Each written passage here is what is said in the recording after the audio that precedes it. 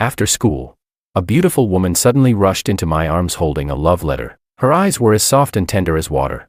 And in a seductive, alluring voice, she said, "Makoto, this time, I will never make you wait 20 years for me again." I was still dumbfounded when I noticed there was also a man standing opposite us. His expression was one of shock and disappointment. In front of my eyes, a row of bullet comments flashed past. They read, "Heartless woman, gold digger, materialistic tramp."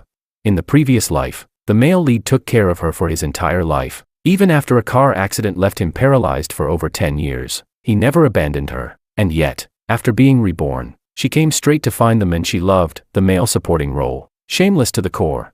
Another bullet comment replied, "A cheap woman like that is just waiting to be slapped in the face.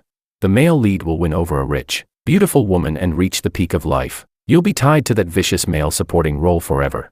Before I could react, yet another bullet comment appeared. "I just want to fast forward to the scene at the class reunion 6 years later, where the heartless woman and the male supporting role get ruthlessly humiliated. And the male supporting role even gets his hand chopped off in public, for speaking disrespectfully to the male lead. Just imagining it feels so satisfying." After reading the bullet comments, all I could think was, what the hell? Chapter 1, 20 Years of Bitter Waiting. Vicious male supporting role. Are they talking about me? And also, this beautiful woman hugging me right now, who the hell are you?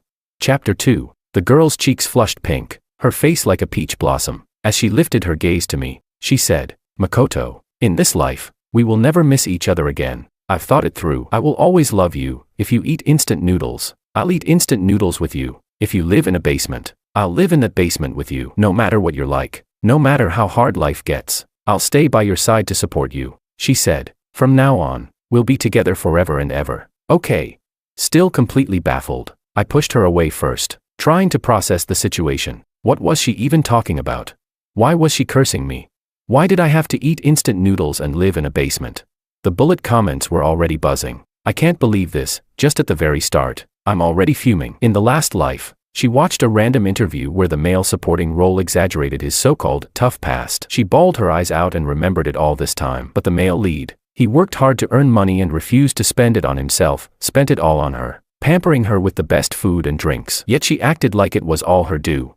Another comment read, "The more she hurts him now, the faster the male lead will wake up. Brother, take my advice, our blessings come later. Let the male supporting role enjoy that pile of crap." I glanced over. The man across from me looked haggard, his expression bleak. He clenched his fists, lowered his head, and with disappointment and resignation, turned to leave. Got it. A double rebirth. Self-torturing, wife-chasing, face-slapping feel-good revenge novel. Guess my 2 years of VIP subscription on that novel site weren't for nothing. The crowd around us was still jeering, chanting, "Be together, be together." I cleared my throat, stepped forward, perfectly sidestepped the love letter in her hand, and put a hand on her shoulder. "Listen, little sister," I said sincerely, "don't pull these pointless stunts. Maybe you like public confessions and think they're romantic, but to me, it's just awkward. Not to mention, we're total strangers. Why are you hugging me? If the roles were reversed, wouldn't you accuse me of sexual harassment?" I shrugged. "I get your feelings, but women will only slow down my problem-solving and studying speed." With a roguish wink, I brushed past her, my coat hem flicking in the wind, leaving her standing there dumbfounded. What remained for the crowd was just the glowing, untouchable silhouette of my back. Bullet comments rolled in. "Wait, is this how the plot goes? I remember the top student falling for her at first sight. What's going on here? Playing hard to get. Obviously, those two lovebirds will get together again later. But it doesn't matter, our male lead is already awakened, ready to start the Sigma Truman storyline. Bullshit. You're the one playing hard to get." I spat in disgust, left the school gate, and climbed into my Maybach to head home. Chapter 3. Later, I found out that the girl who confessed to me was named Willow, and the man who left in disappointment was named George. The two of them had been childhood sweethearts, and everyone in their class thought they had long been a couple. Then she pulled a stunt like this on me. Now the whole school was gossiping how childhood love couldn't compete with a love that fell from the sky. How the heartless woman was dreaming of marrying into a wealthy family. And me, I was the heartless homewrecker, the shameless third party everyone wanted to spit on. TCH. So it's my fault for being rich now. And even though I had rejected Willow so clearly that day, she still didn't give up. Every morning, rain or shine, she brought me a loving breakfast. Ridiculous. I didn't need it at all. I always had a nutritious breakfast made by the housekeeper before coming to school. After catching her red-handed one more time, I called her out into the hallway, my face cold as I handed the stuff back to her. I said.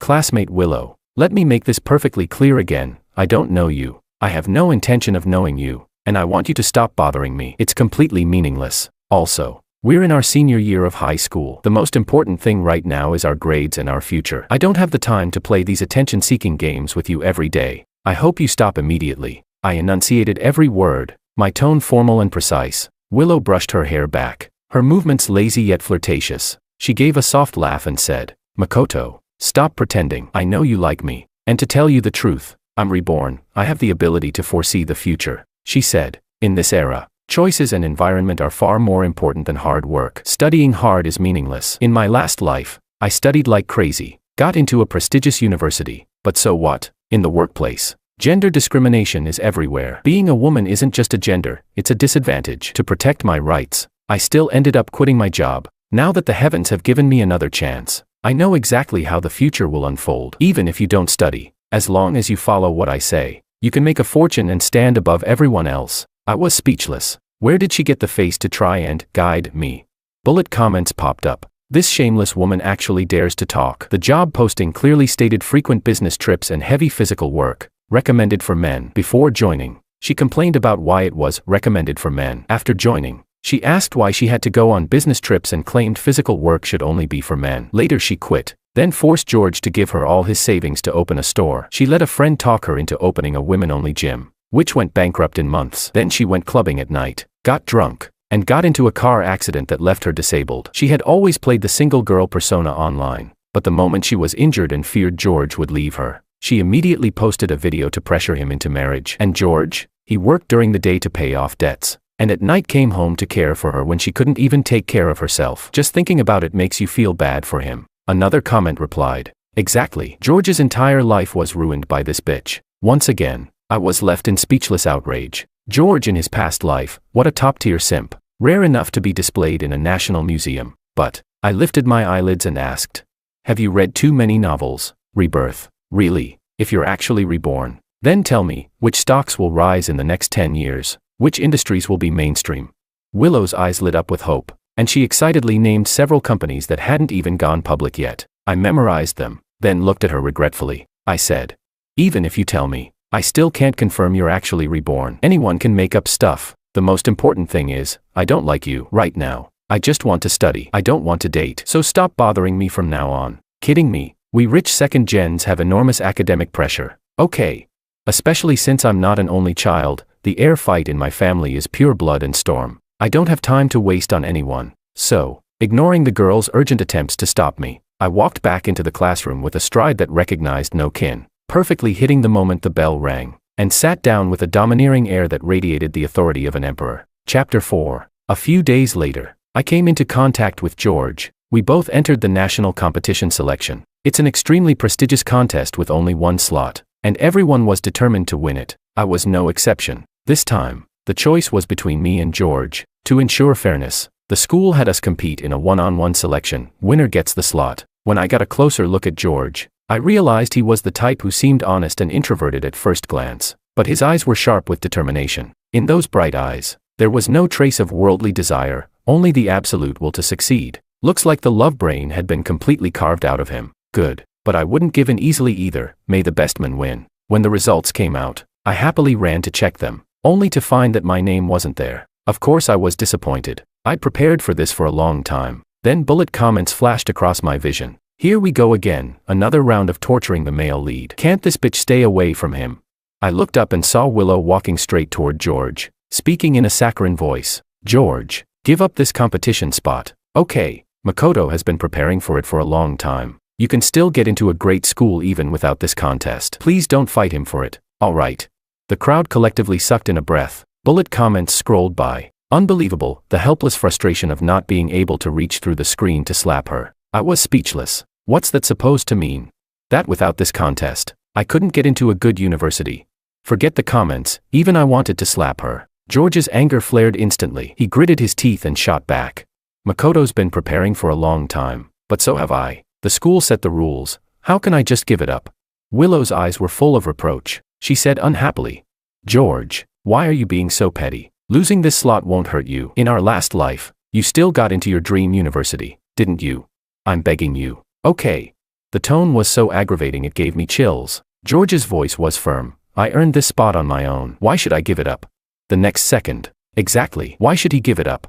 I clapped my hands and strolled over to stand beside George, facing Willow. Clicking my tongue twice in disdain, I said, "Hey, classmate, could you stop ruining my reputation? Makoto, lost fair and square. If you say stuff like that, people will think I'm incapable and need a woman to trade favors for me. If you're really that bored, how about you do a few more sets of practice tests for the 5-year Gaokao, 3-year mock exams? If that's too much, you can grab a bucket and wipe the dust off the notice board. Looks like it needs it. You'd be perfect for the job." The surrounding students burst into laughter. George stared at me in surprise. "Heh, now that's what I call a proper moment to flex." I gave him a calm smile. Willow's face turned ugly. "Makoto, I didn't mean anything else. I just wanted to help you. I know you." "Stop, just stop." I raised my hand, palm out, cutting her off sharply. "Don't disgust me. Thanks. I don't need your help. If you really want what's best for me, then don't meddle in my business, and stay far away from me. Distance from idiots is what makes me happy. Got it?"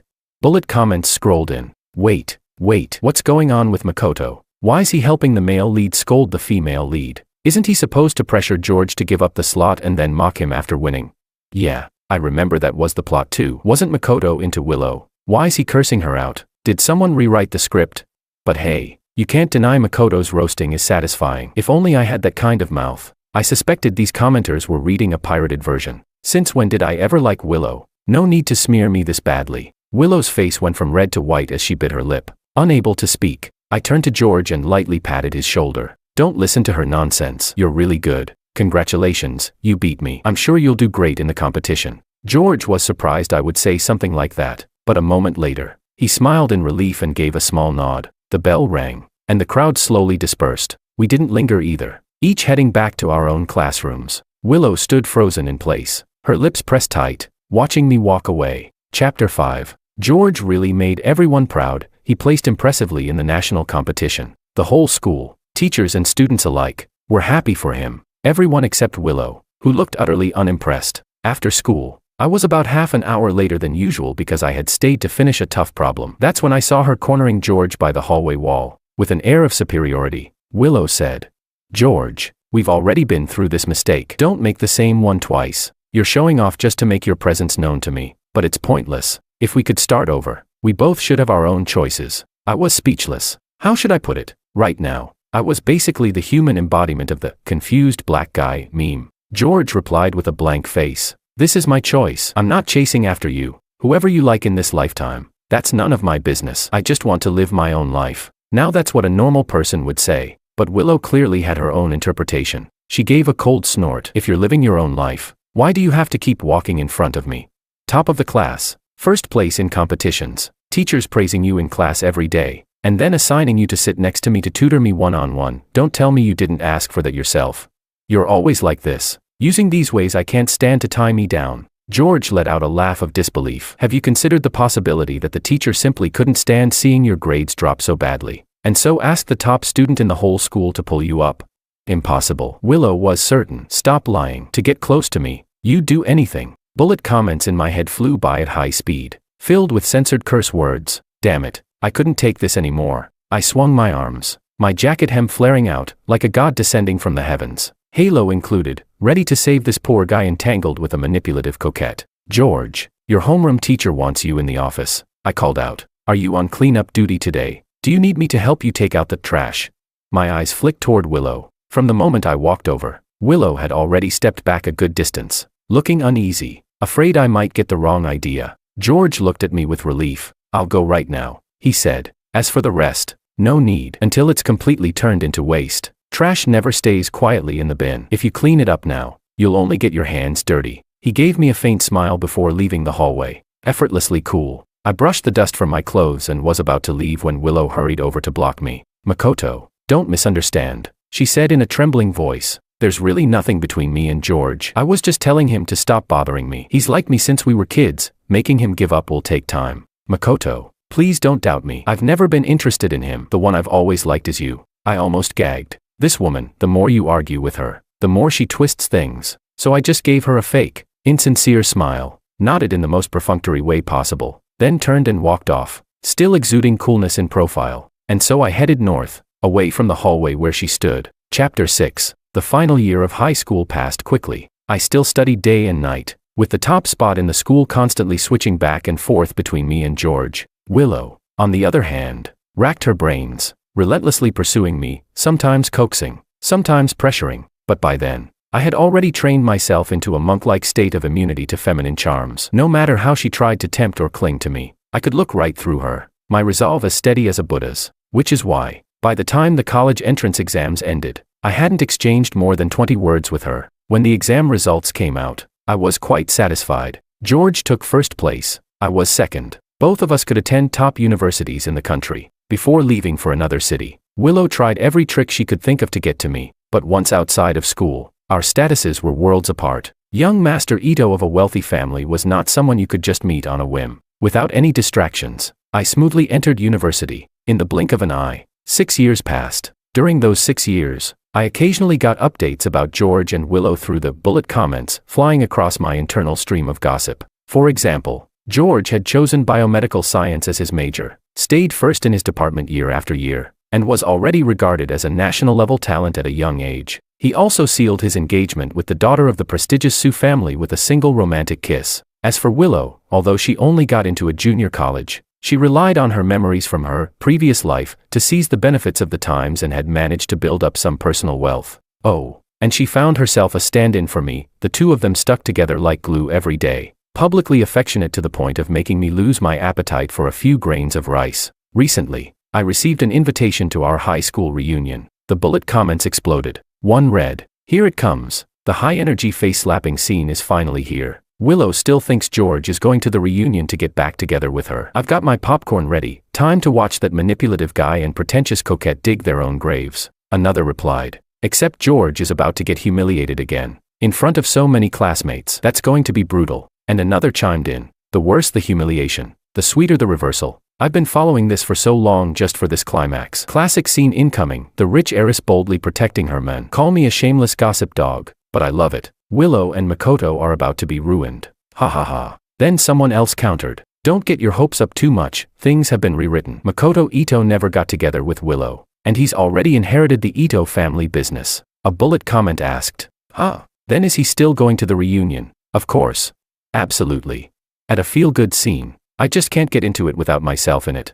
Chapter 7. I immediately told my assistant to book me a flight back to City B. On the day of the reunion, I put on a custom-tailored suit, strapped on a $1 million watch, and stepped into a stretch luxury car. Standing anywhere like that, I was the very definition of a domineering CEO. On the way to the reunion, the bullet comments started broadcasting the situation at the scene. One read, "Where does Willow get the audacity? Our George was actually heading to the next hall for a medical conference and only walked into the reunion by mistake, but she somehow thought he came crawling back to reconcile with her. What a piece of work." Someone else said, "See, she's mad again. The male lead just passed by without acknowledging her, and now she's losing her cool." Another comment read, "This stand-in is even dumber than Makoto. Whatever Willow says, he believes instantly, and now he wants to stand up for her. Does he even use his brain? With Willow's personality, if George had ever actually harassed her, would she have let him off? He's nothing more than a simp hanging around her, but he really thinks he's something special. A guy living off a woman has no right to call George useless." And the others, all opportunistic snobs, joining in to humiliate George. Another bullet comment popped up. "Funniest part, he accused George of wearing a fake watch just to show off. Joke's on him. That watch came straight from Christie's auction." The next one followed. "He's done for. That idiot yanked the watch off and stomped on it. He's going to lose everything paying for it." I glanced at the time. Mistake on my part. Why did they all arrive early? I still had 10 minutes to go. "George, hang in there, don't let them push you to the breaking point." Bullet comments kept rolling. The male lead's 2 punches were solid. That's how it should be, equality for all. The stand-in's jaw almost got dislocated. Damn, can that disgusting pair just exit the stage early and eat their boxed lunch? And those people, holding George down by the shoulders so the stand-in could slap him. Disgusting. And after slapping him, they want George to apologize. Apologize my ass. I'm freaking out. Where's Anna? Your husband's about to crack under the pressure. I bang bang bang strode with a vigorous, wind-swept pace straight to the banquet hall. Just before I entered the banquet hall, I heard a loud, mocking voice. "So your wife is Anna. George, at least make your lies believable. Anna Sue is the Sioux family's heiress. How could she possibly be interested in trash like you? If she's really your wife, then I'm your dad.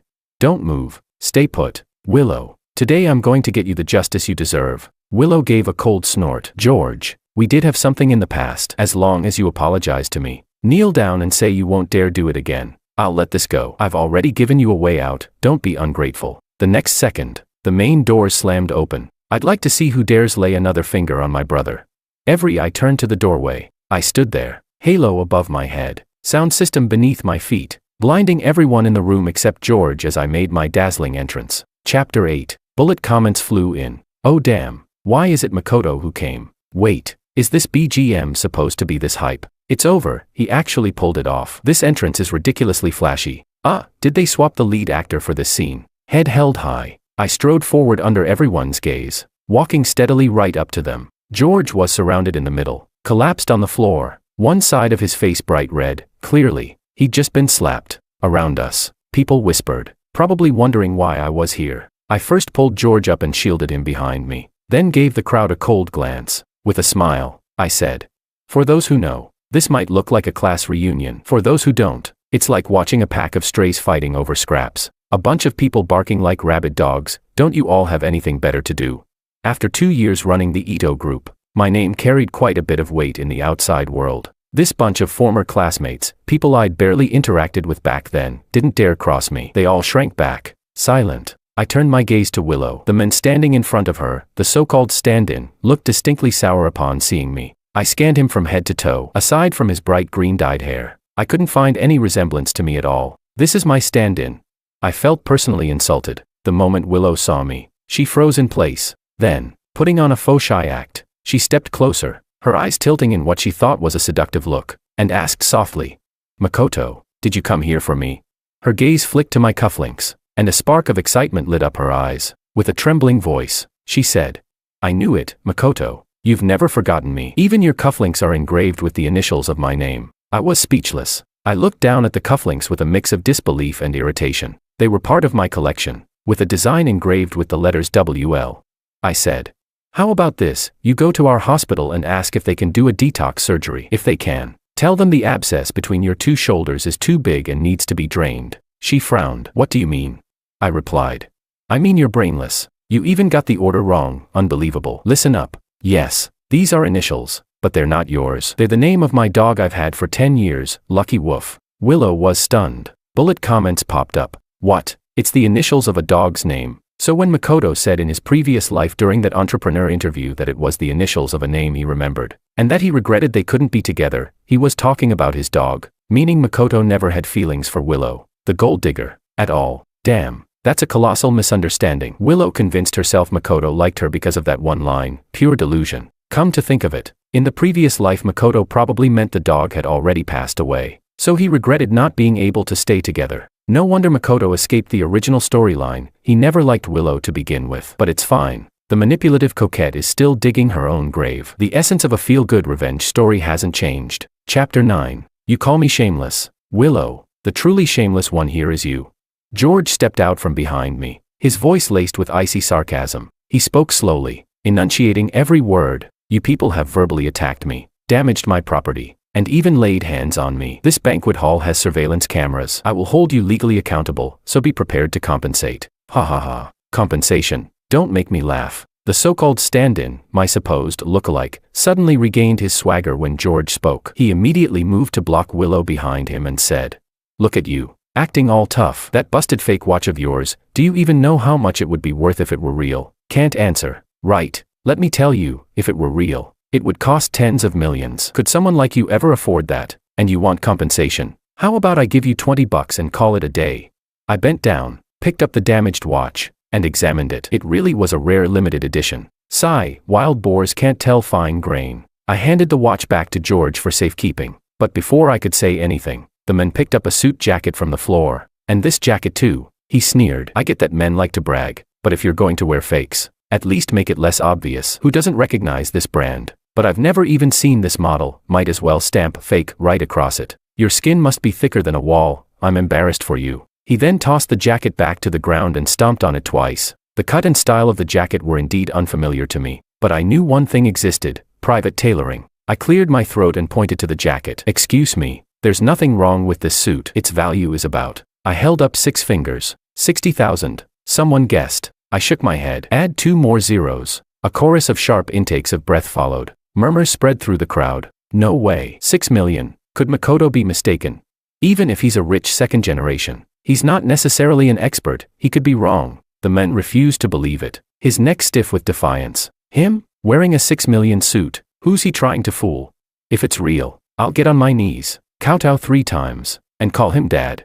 This level of intelligence, truly a gift to wish fulfillment novels. Aside from the manipulative coquette, you always need a brainless male side character to push the plot forward, whether or not they actually have a grudge with the male lead. I frowned. Hold on, I've been meaning to ask. Sorry, but who exactly are you? Isn't this our class reunion? I don't recall you being in our class. The man threw an arm around Willow's shoulders and grinned. Me. I'm Willow's boyfriend. But Willow immediately pushed him away in distaste, as if trying to avoid suspicion in front of me. His smile froze, the cracks in his composure showing. I turned to George. Give them the figures for what they've damaged. Let them have a number in mind. Otherwise, I'm afraid they'll faint from the shock later. George nodded calmly and spoke unhurriedly. The watch you smashed was bought at a Christie's auction for 30 million. The suit you stomped on is a handcrafted private custom piece worth 6.5 million. As for the physical assault, I will sue, and you will need to apologize. I took a step forward, radiating dominance like a king wearing his crown. I said, "You apologize." I pointed downward at the men. After a second's pause, I turned my finger toward the woman. "You apologize and pay up. I doubt this useless man can afford it, but maybe if you scrape together everything you've got, you might manage. As for the rest of you," I swept my gaze around the room like an emperor surveying his court. "If you've spoken out of turn, line up and apologize. If you've kept quiet, stay that way, and remember this truth." I looked at them as if they were trash. When you do wrong, you pay the price. The bullet comments went wild. Holy crap, first time I've seen a male side character act this badass. Boss, forget pointing at them, point at me. I'll gladly be your loyal henchman for life. That's more like it. Chapter 10. Under my intimidation. A few classmates I vaguely recognized hesitated for a moment before deciding to step forward and apologize to George. They admitted they had said inappropriate things earlier and asked for his forgiveness. I let my gaze sweep over each of their faces, finally landing on Willow. "And you?" I asked. Willow stayed silent for a while, then suddenly burst out laughing. With a cold snort, she said, "Makoto, don't let George fool you. I've been with him long enough to know exactly what he's worth. Him getting rich, that'd be a miracle." Someone whispered, "Exactly. He even bragged earlier that his wife is the Sue family's heiress." "Yeah, right." Willow narrowed her eyes at George. "You, a wife? George, everyone knows you've been madly in love with me for years. You even chased me to this reunion. Who else would you ever like besides me?" She rolled her eyes. "Stop lying. This wife you talk about is just a ploy to make me jealous, hoping I'll take you back." Damn it, my fists itched. I turned to George, genuinely baffled. "Were you blind before? How could you have liked someone like this?" Truly, the script had set him up. George gave a self-mocking smile. "You're right. I'd love to go back in time and slap myself twice for getting involved with such a shameless idiot. I really must have been blind." "Willow, how many times do I have to say it before you understand? I don't have the slightest feeling for you. Stop acting like a broken record, telling everyone I'm chasing you. I'll say it one more time. I'm married and have my own family." He smirked. "If anything, you're the one who runs up to me every time you see me, like some sticky parasite that I can't shake off. Could it be you're the one who still has feelings for me, stirring up trouble just to get my attention?" Willow's face flushed bright red. Biting her lip, she said, "Me, still have feelings for you? You must be delusional. The only one in my heart is Makoto, and anyone else was just a passing fling." The stand-in froze on the spot, staring at her in disbelief. As for me, I was thoroughly disgusted. Still barking, she continued, "And you think saying you're married makes it true? Ask anyone here, who believes you. If you're really married, then tell us, who's your wife?" "I've said it before," George replied impatiently. "My wife is Anna." As if she had just heard the world's funniest joke, Willow laughed so hard she could barely breathe. Her exaggerated laughter filled the entire hall. "You still won't admit defeat, huh, George?" She rolled her eyes again. "If your wife is Anna, then call her here. If she really shows up, we'll kneel down and kowtow to you in apology, and we'll pay you double for everything we damaged. But if you can't," she spun in place once, tilting her head with a look of mockery, "then you'll crawl from here to the door and bark like a dog a few times. If I'm pleased, I won't hold it against you for lying to everyone. After all, I made the same request of you in our last life." Bullet comments streamed past. "This vile woman has some nerve. Last time she ran a gym into the ground, lost all of George's savings, and even wanted him to mortgage his house. When he refused, she got down on her knees with tears in her eyes. trying to guilt-trip him. It's not like George asked her to kneel. A manipulative coquette who blames everyone else and never reflects on herself. George ignored her. Willow gave a cold snort and turned to me. Makoto, you see, he's just a fraud. Remember what I told you. I know future events. If I become your supportive wife, the Ito group will rise to the top. Not like George, who will spend his life as a worthless liar. I'd had enough. My tolerance for idiots had hit its limit. I was just about to slap her when a contemptuous female voice came from outside the door. Who says my husband is worthless? Chapter 11. The banquet hall doors swung open, and a beam of golden light spilled in. 2 rows of black-suited bodyguards filed in, lining up neatly on either side of the doorway. Walking in, bathed in the golden glow, was a woman in a custom haute couture evening gown. She moved as if time itself had slowed by half, with BGM swirling in perfect 360-degree surround sound. At this moment, the archetypal wish-fulfillment novel female lead entrance had taken form in reality. Bullet comments flew past. It's Anna. Anna's here. The Sue family heiress. Anna Sue. God. I love this kind of dog blood face-slapping scene. Here comes the climax. Time for the trashy ones to get what they deserve. I was annoyed. Damn it. She was showing off. Why was her entrance flashier than mine? Move aside and let me have 2 more episodes to myself. After a moment of awkward silence, whispers began to spread. It really is Anna. I've seen her in the news. She's actually George's wife. I'm screwed. I just called him a loser daydreaming about marrying her. I already apologized. What if George still holds a grudge? Willow had gone utterly silent, staring wide-eyed, her words caught in her throat, her feet rooted to the floor. Anna walked through the crowd and into George's arms, leaning on him like a delicate bird. Honey, weren't you supposed to be at the academic conference? What are you doing in this doghouse? Damn it, insult them all you want, but don't lump me in with them. Arms crossed, I said irritably. You sure took your time. Any later, and I'd have solved everything already. Anna blinked. Then George patted her shoulder and said, Makoto, a friend of mine. Willow, dazed, muttered, George, you're really married? How? How could this be? Haven't you always loved me? Anna's gaze rose to George's injured face, her expression instantly hardening. She swept her eyes across the room and demanded through gritted teeth, Who hit my husband? The crowd collectively took a giant step back, leaving Willow and the stand-in stranded in the center, their faces as pale as if they'd seen a ghost. Well, that made things obvious. No need for further proof. The Sue family's motto, debts will be repaid, was well known to the outside world. The stand-in was shaking so hard he could barely stand. Forcing an awkward laugh, he stammered, No, I didn't mean to. It was him who threw the first punch, and we just. Anna ignored him entirely and called out, Guards. Several massive bodyguards advanced like a dark tide, their presence suffocating. The stand-in's knees gave out, and he collapsed to the floor. He tugged desperately at Willow's sleeve, but she just stood there, staring blankly at George without moving. With no help from her, he turned to George, pleading, George, I was wrong, I really was. I didn't mean it. I'll kowtow. I'll apologize. Whatever you want. Please, don't lower yourself to my level. His head hit the floor with loud, desperate thuds, tears streaming down his face, but Anna waved a dismissive hand. Take him out and deal with him. Whichever hand hit my husband, break it. The men went wild, struggling like a madman, but no matter how strong he was, there was no way he could resist the trained guards. In less than 2 minutes, he was dragged out, his agonized screams fading into the distance. So this was the infamous male side character gets his hand crippled scene. Thinking about how the bullet comment said it was originally supposed to be me, I suddenly felt my own hand start to ache. Chapter 12. 1 down, 1 to go. Enjoying the show, I tilted my chin toward Willow. So, wasn't there someone who said that if Anna showed up, they'd kneel down and apologize, and pay double for the damages? Willow's face instantly turned white. Only now did Anna notice the trampled suit and the smashed watch on the floor. Her gaze lingered for a moment, cold enough to pierce through bone. After a brief pause, Willow put on an innocent expression, tilting her head and clapping lightly. She said, Anna, this is all a misunderstanding. It was that jerk earlier, he's the one who acted lawlessly and broke these things. Anna, how about this? Do you like this handbag? She handed over her bag. I also run a luxury store. I'm sure you've heard of our brand. If you like, you can drop by anytime. And whatever catches your eye, you can pick anything you want. But the very next second, Anna took the bag from her hands and, without hesitation, tossed it to the floor, grinding it under her heel with open disdain. Rolling her eyes, she said, Never heard of such a third-rate brand. Stop talking nonsense. You have 2 choices. 1, as you just said, pay double compensation. 2, I send you to prison. Your choice. Willow stared at the bag under Anna's heel, her eyelids twitching with rage, as if Anna were stomping on her dignity itself. Biting her lip hard, she trembled as she said, "Anna, don't go too far." "Fine. Today's my bad luck. I admit it. It's just money, I'll pay.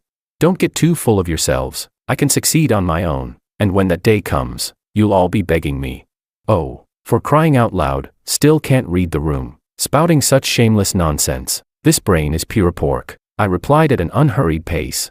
"The trajectory of the world is never fixed. Ever heard of the butterfly effect? Maybe you know which company is worth investing in, or which stock will soar, but what if I intervene? A promising company gets acquired by me, changes its name before going public. That stock you thought would skyrocket suddenly tanks because the Ito Group, your competitor, has released a superior product. Could you foresee that?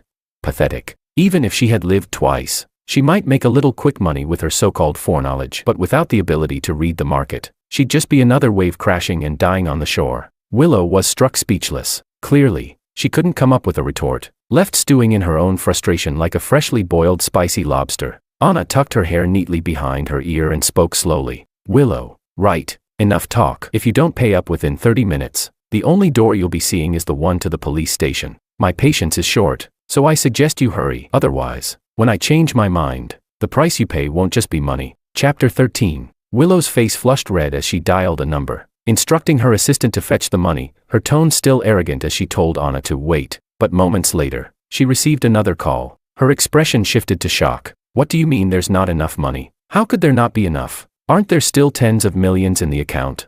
All spent." Bullet comments exploded. "I'm dying. She's seriously this brain dead. Did she think money grows by itself? Last month, she and her stand-in boyfriend bought a yacht, a mansion, and splurged on luxury goods. No wonder it's almost gone." Exactly. Women like this have no concept of money. They never think about whether something is worth it. They just buy on impulse, thinking the money will never run out. Around them, old classmates whispered among themselves, "What's going on? Doesn't Willow post every day about traveling and showing off her wealth? Maybe she's been lying to us this whole time, just a gold digger.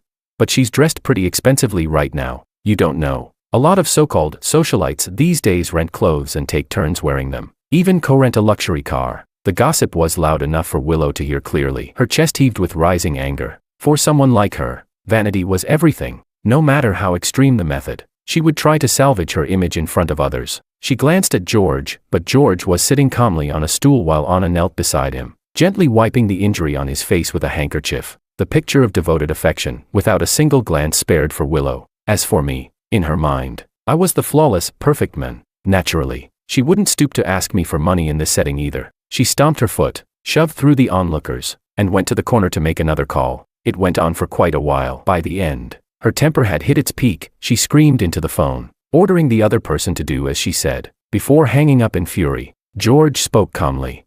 "It's been a long day. Let's go home." Anna nodded, sweeping the room with a look that dripped with contempt. In that moment, silence spoke louder than words. Every classmate lowered their head like a quail, not daring to make a sound. Hooking her arm through George's, Anna instructed her men. "The others can leave or stay. I don't care. But her," she pointed at Willow standing by the wall. "She doesn't leave until the money arrives. If it's not here in 20 minutes, take her to the old estate's basement." The bodyguards responded in unison, their formation looking exactly like a mafia meeting. I stretched my legs a bit. Standing around had made them stiff, but the most important matter hadn't even begun yet. As Anna and George headed toward the door, I strode after them, raising a hand to firmly block their way. "Don't be in such a hurry to leave," I said. "Ito Group, Makoto Ito, the lounge next door, let's talk." Chapter 14. Yes, I had two purposes for coming here. First, to rescue the unlucky male lead and humiliate the manipulative coquette. Second, to build a bridge to the Su family. The Ito Group, despite its rapid rise and respectable reputation in the industry, was still a step behind the Su family in terms of influence. In the lounge, a waiter brought in a pot of fine tea. Pouring a cup for each of us, Anna asked, "You're talking about cooperation?"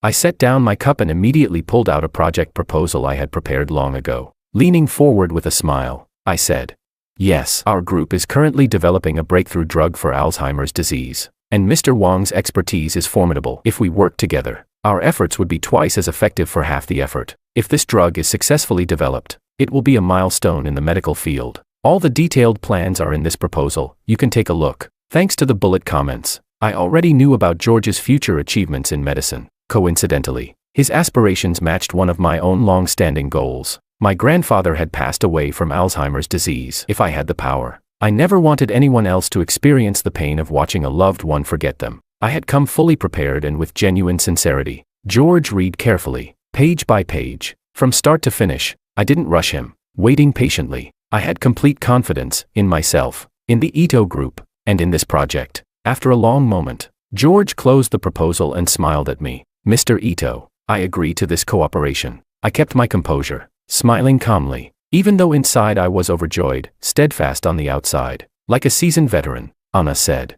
Since my husband has agreed, the Su family will have no objections. George smiled. Congratulations, you've found yourself a reliable partner. Immediately, I pulled out another prepared letter of intent from my bag and handed him a pen. Then, let's have a pleasant cooperation, I said. Before coming to the reunion, I had prepared every last detail for this project. Yes, I am just that thorough, always 3 steps ahead, with no gaps in my plan. Cannon fodder male side character, not me. I am the protagonist of my own story. Chapter 15. Once the agreement was signed, we parted ways. Later, I heard that at the very last moment before being taken to the Su family's old estate basement, Willow managed to scrape together the money. Only then was she released without losing any limbs. But within just a few months, her company couldn't even pay its employees' salaries. While all the staff were demanding their wages, Willow still wore that lofty, condescending face, saying things like, "You should be grateful, I've been supporting you all this time. What's wrong with being paid a few months late?"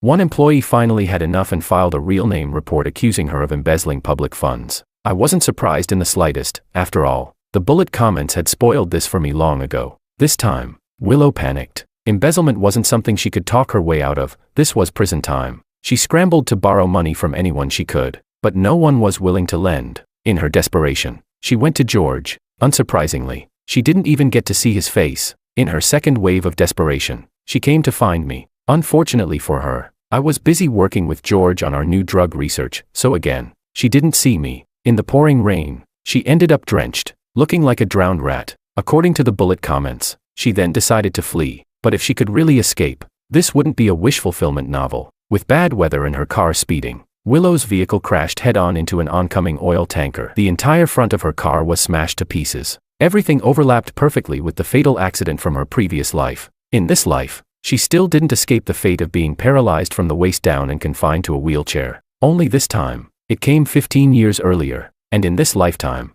there was no responsible, dutiful husband willing to care for her without complaint. What awaited her instead were the spittle and condemnation of others, and a long, endless night behind prison walls. Chapter 16. For a long time afterward, I never saw another bullet comment. It wasn't until 4 years later that those words began to scroll across my vision again. The manipulative coquette finally couldn't handle the torment in prison, went insane and killed herself. Hilarious. What was she thinking? Saying that if she could be reborn once, she could be reborn twice. Did she think it was like buying cabbage? Others chimed in. Exactly. Facing death, she suddenly remembers how good George was to her and decides she wants to make it up to him in the next life. No way. Go to hell alone. And another. No. She didn't come to her senses. She just regretted dumping a simp who catered to her every whim. No matter how many times she's reborn, selfish people stay selfish. I paused for only a moment before pretending I hadn't seen anything, continuing to listen to my subordinates' reports. Over the years, our medical research collaboration with the Su family had made major breakthroughs.